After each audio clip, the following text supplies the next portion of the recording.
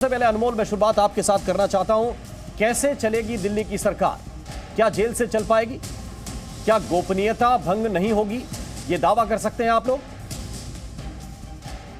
देखिए, माननीय श्री केजरीवाल जी चुने हुए मुख्यमंत्री हैं और उनके ऊपर कोई भी आरोप अभी सिद्ध नहीं हुआ है। ना ही संविधान में, ना ही रिप्रेजेंटेशन ऑफ पीपल एक्ट में कोई भी ऐसा कानून ये नहीं कहता कि एक चुना हुआ मुख्यमंत्री जो है वो सरकार नहीं चला सकता।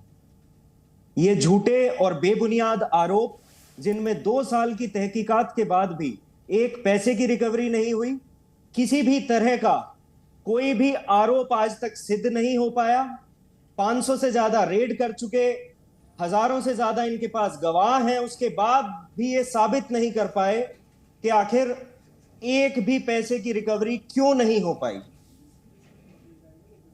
जी, माननीय न्यायालय में इनसे जब पूछा गया कि आखिर आप किस आधार पे माननीय मुख्यमंत्री को गिरफ्तार करना चाहते हैं, तो ये नहीं बता पाए। लेकिन जिस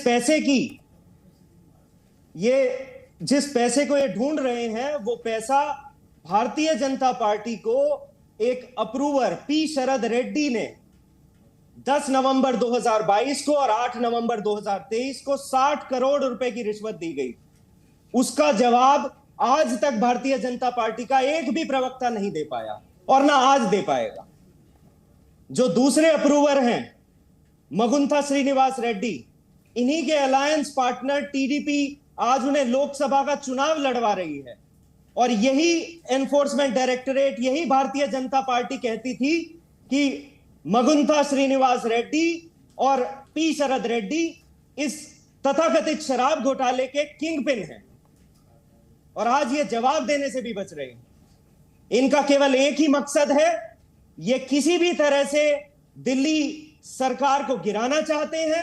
ये चाहते हैं कि माननीय मुख्यमंत्री अरविंद केजरीवाल, अनमोल पवार साहब, आपके हिस्से के 2 मिनट थे, इसलिए मैंने बीच में टोका नहीं। अब नलिन कोहली साहब के हिस्से के 2 मिनट हैं अनइंटरप्टेड, उनके पास भी मैं जाऊंगा। लेकिन बात इतनी थी जो मैंने सवाल पूछा। अभी दिल्ली वालों की चिंता यह है कि उनके चीफ मिनिस्टर अगर जेल चले गए तो सरकार कैसे चलेगी? क्या वो कैबिनेट की बैठक वहां ले पाएंगे? क्या अपने मंत्रियों को जो आदेश उन्होंने अब तक दिए हैं उसके संबंध में कोई स्पष्ट जवाब आम आदमी पार्टी की ओर से आएगा कि वो कैसे आए? लेकिन नलिन कोहली साहब, एक चिंता दिल्ली वालों की यह भी है कि आपको भी हमने सारे के सारे सांसद चुनकर पहुंचाया था लोकसभा और केंद्र सरकार आपकी है। क्या दिल्ली इसी तरह से चलेगी? क्योंकि हमने उपराज्यपाल को सुना, उन्होंने कहा कि जेल से तो सरकार नहीं चलेगी, तो कैसे चलेगी सर, आप भी बताइए। जेल से सरकार चल नहीं सकती है। संविधान में यह अकाल्पनिक है और एक वकील के बतौर मैं इस बात को रख रहा हूं कि जेल जो बनाया जाता है लोगों को जनता से बचाने के लिए, मतलब जनता को उन लोगों से बचाने के लिए लोगों को जेल भेजा जाता है। जेल इसलिए नहीं लोगों को भेजा जाता है कि वहां पर वो कल्पना करें कि वो कैबिनेट की मीटिंग करेंगे या कहां से खाना पीना अपना शौक पूरे कर सकते हैं। जेल होता है उन लोगों के लिए जिनके ऊपर अपराध का कोई ना कोई इन्वेस्टिगेशन चल रहा है।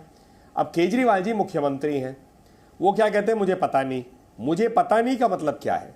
या तो वो इतने निकम्मे हैं कि उनको पता ही नहीं उनके मंत्री क्या कर रहे हैं और किस आधार पे ये निर्णय ले रहे हैं, या झूठ बोल रहे हैं, उनको सब पता है लेकिन घबरा रहे हैं कि मैं सच नहीं बोलूं। भाई, उन्हीं केजरीवाल जी मुख्यमंत्री होते हुए दिल्ली आम आदमी पार्टी सरकार के उन्हीं के आदेश और निर्देश पे काम कर रहे होंगे, चाहे सत्येंद्र जैन जी हो, चाहे मनीष सिसोदिया जी हो या बाकी मंत्री।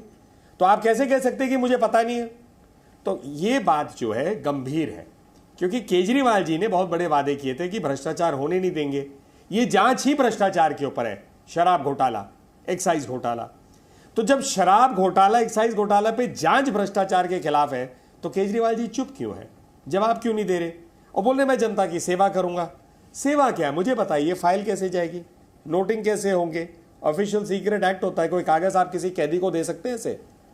मतलब ऐसे तो फिर हर कैदी को जो मर्जी कागज आप पकड़ा दीजिए, हर कैदी को कुछ भी आप दे दीजिए।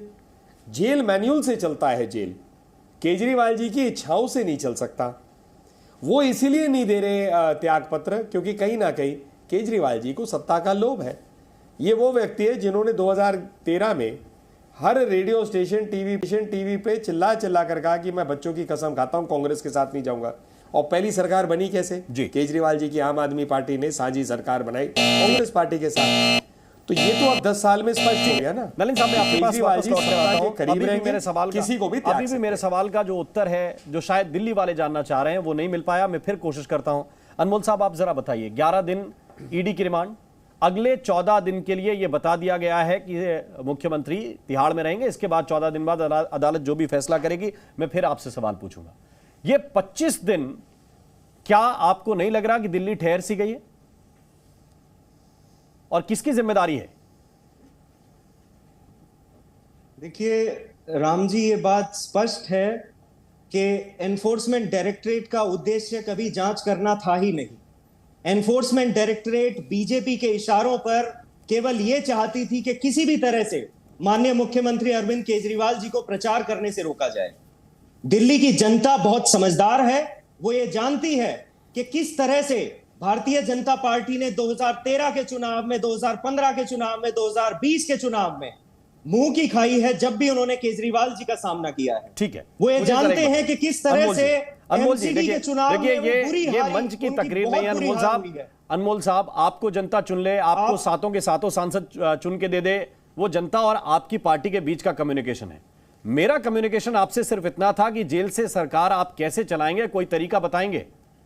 अभी पिछले जो आदेश आए, जिनको लेकर आतिशी जी ने प्रेस कॉन्फ्रेंस की, सौरभ भारद्वाज ने प्रेस कॉन्फ्रेंस की, उन्होंने बताया कि हमारे पास आदेश आया। वो कैसे आया अब तक ये नहीं बता पाए। राम जी, दो चीजें हैं जी। एक है किसी व्यक्ति पे आरोप लगना, दूसरा है उस आरोप का साबित होना। अगर कोई व्यक्ति आज माननीय मोदी जी पे आरोप लगा दे कि इन्होंने 1000 करोड़ रुपए लिए हैं किसी से, ठीक है, तो क्या वो इस्तीफा देंगे? बताएं नलिन कोहली जी। नलिन कोहली साहब, इनके ऊपर केवल झूठे आरोप लगाए गए हैं, आरोप साबित नहीं हुए अभी। कोहली साहब जवाब दीजिए। मोदी जी को जब जांच के लिए बुलाया गया था, जब वो मुख्यमंत्री थे, 9 घंटे के लिए गए थे, वो जांच से भागे। 9 घंटे के लिए यहां पर अरविंद केजरीवाल जी 8 समन को त्याग चुके हैं। 1 मिनट अनमोल जी, ऐसे अनमोल जी 1 मिनट, अनमोल जी 1 मिनट, ये गलत है। मैंने टोका नहीं, मैं सुना रहा हूं, मैं आपसे जवाब ले लूंगा। ठीक है, जवाब दीजिए कोहली साहब।